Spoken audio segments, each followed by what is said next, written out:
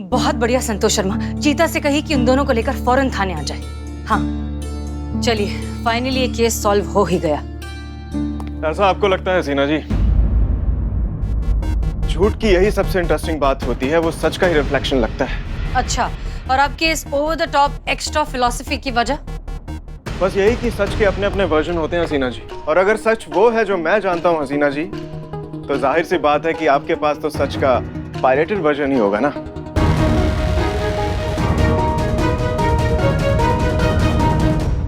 अच्छा, और आपको क्यों लगता है कि आप जो जानते हैं वही असली सच है?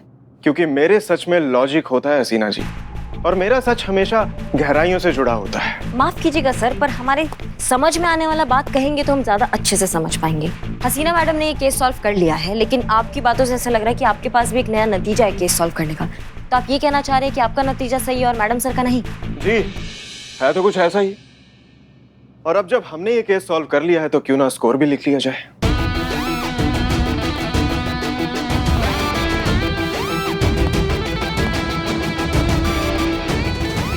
सर, एक मिनट। सर, ये आप बहुत गलत बात कर रहे हैं। ये केस तो मैडम सर ने सुलझाया है ना, तो कायदे से ये नंबर उनको मिलना चाहिए ना। वो तो वक्त ही बताएगा पुष्पा जी, और वैसे भी थोड़ी देर में सच सबके सामने होगा। और उसके बाद भी अगर आपको लगता है ये जो मैंने लिखा है ये गलत है, तो ये बोर्ड भी यही है, ये चौक भी यही है, और आप भी यही हैं। इसे मिटा के ठीक कर दीजिएगा। चलिए देखते हैं। देखते हैं। तो हसीना जी, लेडीज फर्स्ट, पहले आपका सच, प्लीज प्रोसीड। शुक्रिया। हमारी इन्वेस्टिगेशन के हिसाब से मिस्टर अभिजीत ही हैं असली गुनहगार। इन्होंने अपने पैसों के दम पर जानबूझकर रुक्मणी को फंसाया ताकि सिलेक्शन के दिन इनकी बेटी पूजा के लिए रास्ता साफ हो जाए। क्योंकि ये बात बहुत अच्छे से जानते हैं कि रुक्मणी जो है इनकी बेटी से ज्यादा टैलेंटेड है, ऐसे में उनकी बेटी का सिलेक्शन होना थोड़ा मुश्किल था, इसीलिए उन्होंने ये सब किया। तो हमारे हिसाब से यही है इस केस का असली सच, और यही है असली गुनहगार। कोई सबूत है आपके पास जो भी अभी आपने कहा? सर, हमने इन्हें चेयरमैन को 7 लाख रिश्वत देते हुए रंगे हाथों अरेस्ट किया है। हाँ, पर ये तो सिर्फ रिश्वत का मामला ही प्रूफ हुआ ना। इस पूरी कॉन्स्पिरेसी के मास्टरमाइंड ये हैं, ये तो प्रूव नहीं हुआ। अब सवाल ये पैदा होता है कि अगर इन्होंने इतनी बड़ी प्लानिंग अपनी बेटी पूजा की सिलेक्शन के लिए की है, तो पूजा का शोल्डर तो बहुत ही सीरियसली इंजर्ड है। कम से कम 10 से 15 दिन लगेंगे प्रॉपर प्रैक्टिस के लिए, और सिलेक्शन के लिए तो सिर्फ 3 ही दिन बचे हैं। तो फिर फायदा क्या हुआ इनकी इतनी बड़ी साजिश रचने का, इतना केओस क्रिएट करने का? आप प्लीज हम नादानों को समझाएंगे? देखिए, ये सच है कि मैंने चेयरमैन साहब को रिश्वत दी, लेकिन इसलिए कि चेयरमैन साहब चैंपियनशिप की डेट को 2 दिन आगे बढ़ा दें, ताकि मेरी बेटी इस चैंपियनशिप में पार्टिसिपेट कर सके और अपना बेस्ट दे सके, वरना वो डिस्क्वालीफाइड हो जाएगी और ये सदमा झेल नहीं पाती। शतरंज खेलती हैं हसीना जी? ऑफ कोर्स खेलती हूँ। दानिशमंदों का खेल जो है, और आप ठहरी दानिशों की दानिश। तो आज सुबह ही मैं दीवान जी को बता रहा था कि शतरंज खेल में क्या होता है, कई बार सामने के दोनों मोहरों को सिर्फ इसलिए मार दिया जाता है क्योंकि पीछे के अहम मोहरे के लिए रास्ता बनाया जाता है। और इस केस में भी उसी स्ट्रैटेजी का यूज हुआ है, क्योंकि इस केस का असली गुनहगार ना तो पूजा के फादर हैं, ना पूजा और ना ही रुक्मणी। इस केस का असली गुनहगार वो शख्स है जिन्होंने अपना मोहरा आगे बढ़ाने के लिए पूजा और रुक्मणी जैसे दोनों मोहरों को अपने रास्ते से हटा दी, एक पर हमला करवाकर और दूसरे पर हमले का आरोप लगाकर। और वो शातिर खिलाड़ी कोई और नहीं, ये है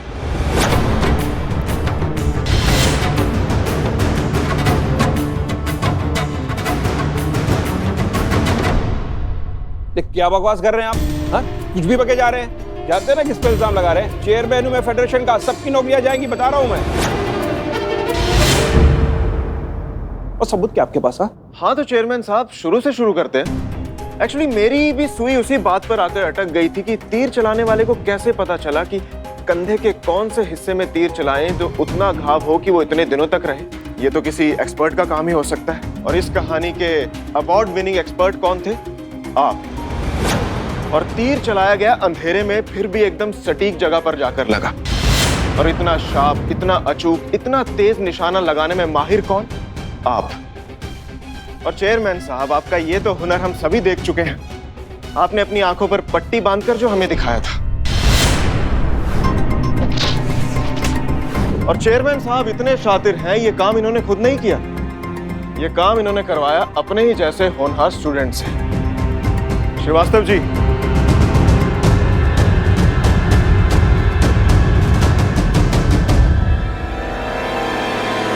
अब सवाल यह है कि इन्होंने रीमा के लिए इतना कुछ क्यों किया?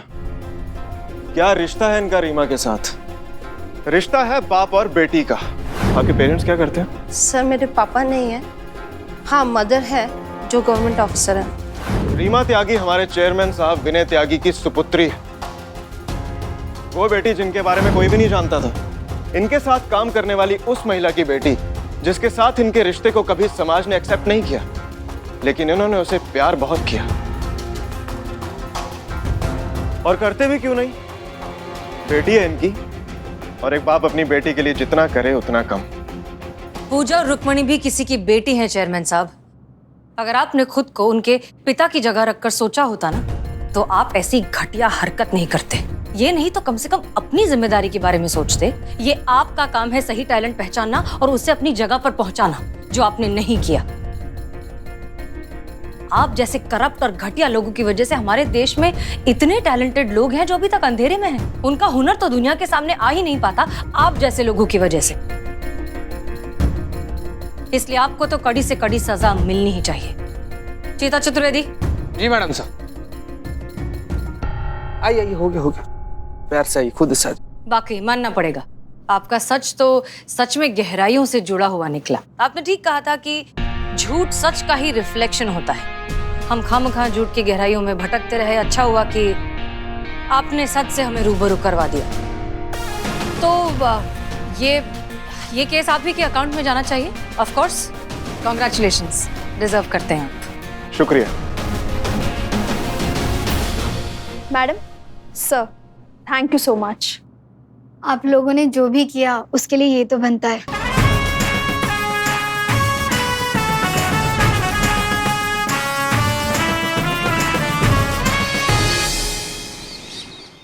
अब थाने का फोन काम नहीं करेगा तो फिर देश की कानून व्यवस्था कैसे ठीक से काम करेगी बताइए आप? ना ना ना ना ना ना, हम वहाँ नहीं आएंगे। आप यहाँ आकर देखिए फोन में क्या खराबी है, समझ गए ना जी?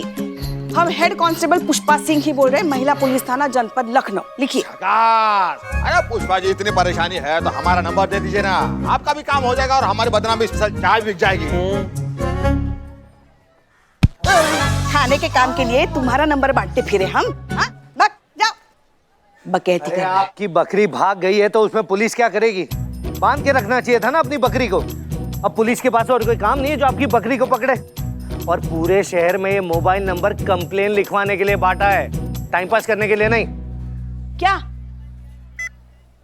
ये बात अच्छी है? थाना हड़पने के लिए अच्छा पैतरा आजमाया आपने। हम सब समझ गए, सब लोगों को अपना नंबर बांट दिया और थाने का नंबर जानबूझ के काट दिया ताकि सब कंप्लेंट करने के लिए आपके मोबाइल पे आपको फोन करे, आपके नंबर ज्यादा हो, फिर आप हमारे थाने पे कुंडली जमा के बैठ जाए। हाँ? छी छी छी छी, इतनी खुराफाती सोच एक औरत की हो सकती है? वो तो है। और अगर आपको इतनी तकलीफ हो रही है हमारे मोबाइल नंबर बांटने से, तो जाइए आप भी पूरे शहर में नंबर बांट आइए। लैंडलाइन पर क्यों निर्भर है? अरे हाँ बदनाम भाई, पुष्पा जी चलिए हम लोग बांटते हैं। अरे कंटाप लगाए, बैठ जाओ चुपचाप। अगर ऐसा है तो फिर आपने केस लेने से मना क्यों कर दिया? अगर आपको नहीं सुलझाना था केस तो हमें बताते, बकरी ढूंढ के देते ना। अरे मतलब तो जनता की सेवा से ही है ना। सब समझ रहे हैं, मतलब है स्कोर बढ़ाने से, मतलब है हमें हराने में, मतलब है इस थाने को हड़पने में। क्या हम समझते नहीं कुछ? पुष्पा जी, ये भी आपको पहचान गए। हाँ, इस आदमी से बात करना मतलब मौत है। हाँ हाँ तो जाइए, कीजिए हमारी मौत की कामना। अरे क्या सॉरी संतु सॉरी। अरे क्या कर रहे हैं? जब भी छींक आ रहा है लगातार हैट्रिक मार दे रहा है। 3 बार आ रहा है, 1 बार 2 बार आ ही नहीं रहा है, और जब नहीं आ रहा है तो ऐसा हर बार लग रहा है कि छींक आएगा। चीते, पता है तुमको, लल्ला के पप्पा को जब भी छींकें आती थी ना, ऐसे ही आती थी लगातार 3 बार। बाप रे, छींकते थे, भोंकते थे। आपकी लाइफ में कभी कुछ नॉर्मल नहीं हुआ? अरे पगली, तभी तो हमें पता चला कि जिस इंसान को ऐसे लगातार 3 छींकें आती है ना, उसका दिल बहुत साफ होता है। सच में पुष्पा, देखिए संतु जी, देखिए नाक नाक साफ होना चाहिए छींक से बचने के लिए। ऐसे हमारे दादाजी। यार क्या हुआ दीवाना जी? सत्यानाश हो उस इंसान का जिसने मुझे जीवन भर का दर्द दे दिया। अगर मुझे वो इंसान मिल जाए ना तो मैं उसे दीवार में जिंदा चुनवा दूं। नहीं नहीं, हमें दीवार में मत चुनवा, हमें दीवार में मत चुनवा। नालायक इकबाल, तुम इनकी सहायता कर रहे हो, शर्म नहीं आती तुम्हें? हाँ? देखना, उधारी का 1 रुपया भी नहीं चुकाएंगे अब हम। वो हम करिश्मा मैडम से ले लेंगे। ये देखिए पुष्पा, बंदूक हटा लीजिए प्लीज। क्या चाहती है आपके साथ हम भी जाएं, शहीद हो जाएं? नहीं, हमें छोड़ दो। माँ, मेरा बच्चा, मुझे बचा। माँ मैं तुम्हें बचा लेता, लेकिन ये देखो कुलचा चाचा ताने हुए हैं बंदूक। माँ, रे अनार अकेली को मत चुनवाओ, ये चुनवाई रोक दो, मेरी सुनवाई सुनो। माँ, मेरा बच्चा। माओ, जो हो रहा है बहुत अच्छा हो रहा है। हमको दीवार में चुनवाने का सपना देखती थी, आज दीवार ने खुद इनको चुन लिया है। पोता चाहिए, पोता चाहिए, पोता। दिमाग खा गई हमारा। जो हो रहा है बहुत अच्छा हो रहा है। हमें बचाओ।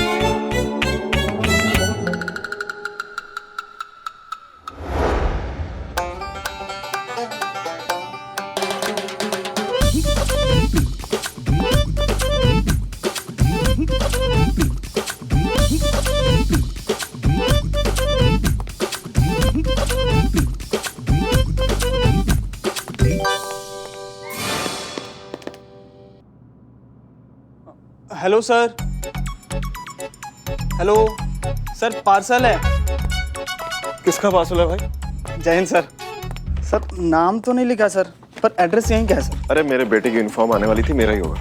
नहीं नहीं, 1 मिनट, हमने हमारा यूनिफॉर्म फिटिंग कराने के लिए दिया था, ये हमारा पार्सल है।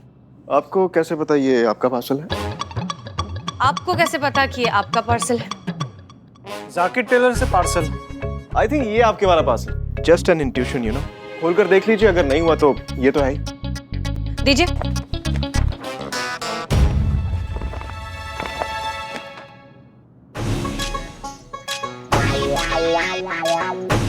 हाँ, यही हमारा पार्सल है। शुक्रिया, आप लोग जा सकते हैं।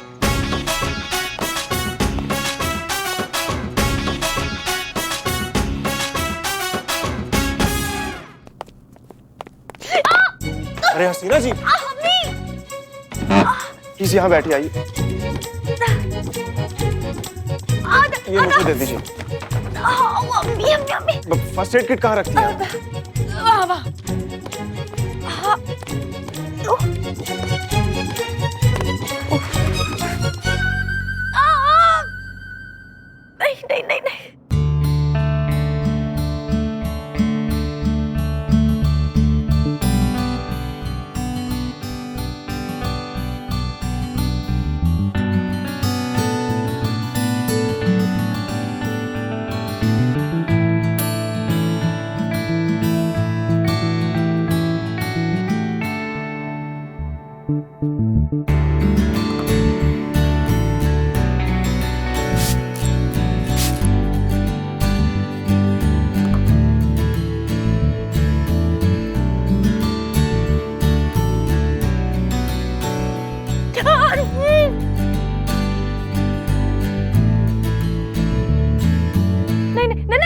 नहीं नहीं नहीं, बहुत दर्द हो रहा है, बहुत दर्द हो रहा है। अरे थाने में चमगादड़। हाँ?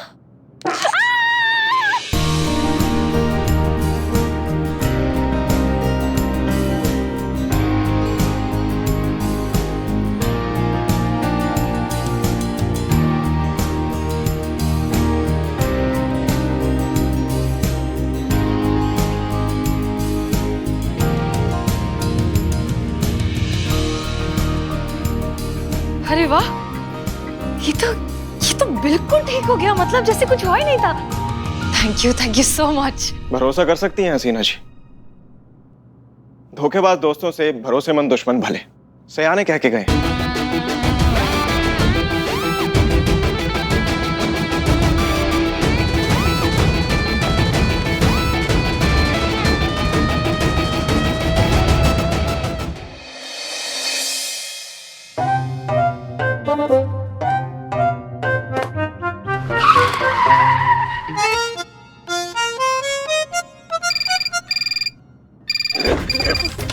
दीजिए, हम लिखेंगे कंप्लेन। हम लिखेंगे कंप्लेंट। अरे दीजिए। अरे हम छोड़िए ना। अरे छोड़े मत। छोड़िए, हम कह रहे हैं ना। हम सब छोड़िए आप। इधर इधर इधर छूट गया है कब का। अब आप दोनों बात कर सकते हैं और इन्हीं से पूछिए कि इनको किससे बात करनी है, अमर सर से बात करनी है कि मैडम सर से बात करनी है। हाँ जी, महिला पुलिस थाना जनपद लखनऊ सदैव आपकी सेवा में तत्पर। कहिए क्या सेवा कर सकते हैं आपकी? अरे पीछे हट जाइए, सर पे बैठेंगे क्या? हाँ हाँ, हर बार हमें ही हटना पड़ता है ना। आप औरत तो मर्द के लिए हटेंगे ही नहीं। शुरू शुरू शुरू, औरतों के लिए जहर उगलना शुरू। और आप जो सीधा डसती है उसका क्या? सर या मैडम, आप जो भी है ना, आप ना बाद में फोन कीजिए। ये दोनों लोग बहुत ज्यादा व्यस्त है झगड़ा करने में। नहीं नहीं नहीं, कहिए क्या कर सकते हैं हम आपके लिए? अगर रिपोर्ट दिखानी है तो हमारे पास लिखवाइए। हम हेड कांस्टेबल हरिंदर सिंह उर्फ दीवान जी, पूरे न्याय की गारंटी। और सुनिए, हम तो ना न्याय के साथ साथ आपको 2 कप चाय और दोपहर के खाने में राजमा चावल हमारे हाथ का बना हुआ फ्री देंगे। हाँ, और इसीलिए हमारे पास ही लिखवाइए। हेड कांस्टेबल पुष्पा सिंह बोल रहे। पुष्पा फ्लावर नहीं है, आग है आग। आप जल्दी से अपनी कंप्लेंट बताइए, वरना पुष्पा जी थाने में फ्री स्टे का ऑफर भी दे देंगे आपको। मैंने शहर में 15 बम लगाया है जो कभी भी फट सकता है।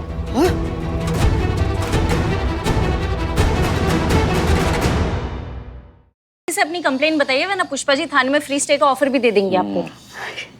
मैंने शहर में 15 बम लगाया है जो कभी भी फट सकता है, और जो ऐसा हो गया तो आधे से ज्यादा शहर राख का ढेर बन जाएगा, वो भी सिर्फ मिनटों में। तो जो तुम्हें इस शहर को इस तबाही से बचाना है तो 15 मिनट में SHO अमर विद्रोही से बात करवाओ मेरी। हेलो, आपका हेलो, कट गया। कट गया। सर जी। मैडम सर, फोन करने वाली एक महिला है तो बात करने वाली भी महिला ही होनी चाहिए। मैडम सर करेंगे उसके साथ बात। लो और सुनो, जब कॉल करने वाली महिला कह रही है कि सर जी से बात करेंगे तो सर ही बात करेंगे ना। सर, इनकी बेमतलब की बहस में अगर बम फट गया तो इसका जिम्मेवार कौन होगा? एक मिनट, हमारे पास इस बकवास के लिए वक्त है ही नहीं। ये मामला बहुत सीरियस हो चुका है। अगर वो लड़की इनसे बात करना चाहती है तो इनसे बात करवाइए। हम कोई चांस नहीं ले सकते। बिल्कुल, कुछ भी हो सकता है। लड़की आतंकवादी भी हो सकती है सर। पुष्पा जी, उस लड़की की आवाज कैसी थी? मुझे तो मजा नहीं आया। वो हम मैडम सर, वो ये हमारे साथ बहुत बहस कर रहे थे ना, तो हम उसकी आवाज ठीक से सुन नहीं पाए। हम बहस कर रहे थे, आप? अरे आप ही तो कर रहे थे। हाँ, चुप। दोनों में से किसी ने भी एक शब्द और बोला ना तो लाइन हाजिर कर देंगे अभी के अभी। कब से किट किट किट किट सुन रहे हैं? वहाँ बॉम्ब लगा हुआ है, उसकी गंभीरता समझ रहे हैं आप लोग? लगे हैं मुर्गा लड़ाई। अब शांत रहिए और काम पे ध्यान दीजिए। सर, लेकिन अब तक कॉल नहीं आया। आएगा दीवान जी, जरूर आएगा। आप डायरी पेन लेके रेडी रहिए, हर छोटी से छोटी बात नोट कीजिए। करिश्मा सिंह, आप जी। मौका मिलते ही मैं आपको इशारा करूंगा। मेरा इशारा मिलते ही आप DSP सर के साथ फोन कनेक्ट करेंगे, सिचुएशन के बारे में उनको बताएंगी। जी जी। अगर किसी टेररिस्ट का कॉल हुआ तो यहाँ नेगोशिएशन की सिचुएशन आ सकती है, इसलिए हमें DSP सर की हेल्प की जरूरत पड़ेगी। और संतोष शर्मा, आप सर वो हमारी टीम में है ना। पुष्पा जी प्लीज आप ऑर्डर्स फॉलो कीजिए। जी। आप भी रेडी रहिएगा। कॉल उठाते ही आपको ट्रेस और टैप दोनों करनी है। हो जाएगा सर। जी।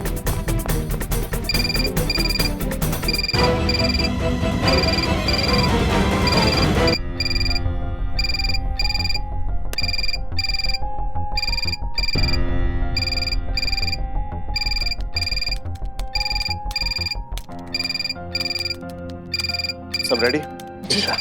रेडी। यस। हेलो, अमर विद्रोही बोल रहा हूँ। कौन बात कर रहा है? मैंने शास्त्री मंडी में 15 बम लगा दिया है। कितने? 15 बम, एकदम जिंदा बम। फटेगा तो सब ले उड़ेगा। अगर मेरे बम फोड़ने से पहले बम ढूंढकर फटने से रोक सकते हो तो रोक लो, और आम जनता को मरने से बचा सकते हो तो बचा लो। तो लगी रेस, मुझसे पहले पहुंचो शास्त्री मंडी और ढूंढो बम, वरना सारी मार्केट सब हवा के फुग्गों की तरह उड़ जाएगी। अरे सोच क्या रहे हो? भागो, ज्यादा टाइम नहीं है तुम्हारे पास। क्या लगता है मैडम सर, ये कोई टेररिस्ट है या कोई पागल का प्रलाप? ये सोचने का हमारे पास समय नहीं है, हमें शास्त्री मार्केट जाना होगा। हाँ, मैडम सर। क्या लगता है सर? मुझे लगता है कोई टेररिस्ट है। आपको ऐसा काहे लग रहा है? 15 बॉम्ब प्लांट करने वाली लड़की की आवाज में ना कोई वजन ना कोई असर। 18-19 साल की बच्ची की आवाज, जानबूझकर आवाज में पैदा किया हुआ नकली खौफ। वो हमें मौत से मारने की धमकी तो दे रही थी, लेकिन उसकी आवाज खुद बहुत ही ज्यादा कांप रही थी।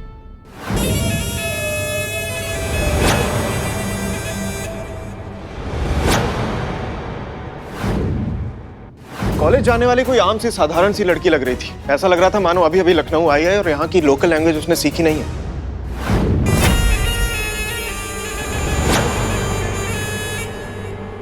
देखते हैं मेरे तक कैसे पहुंचते हैं।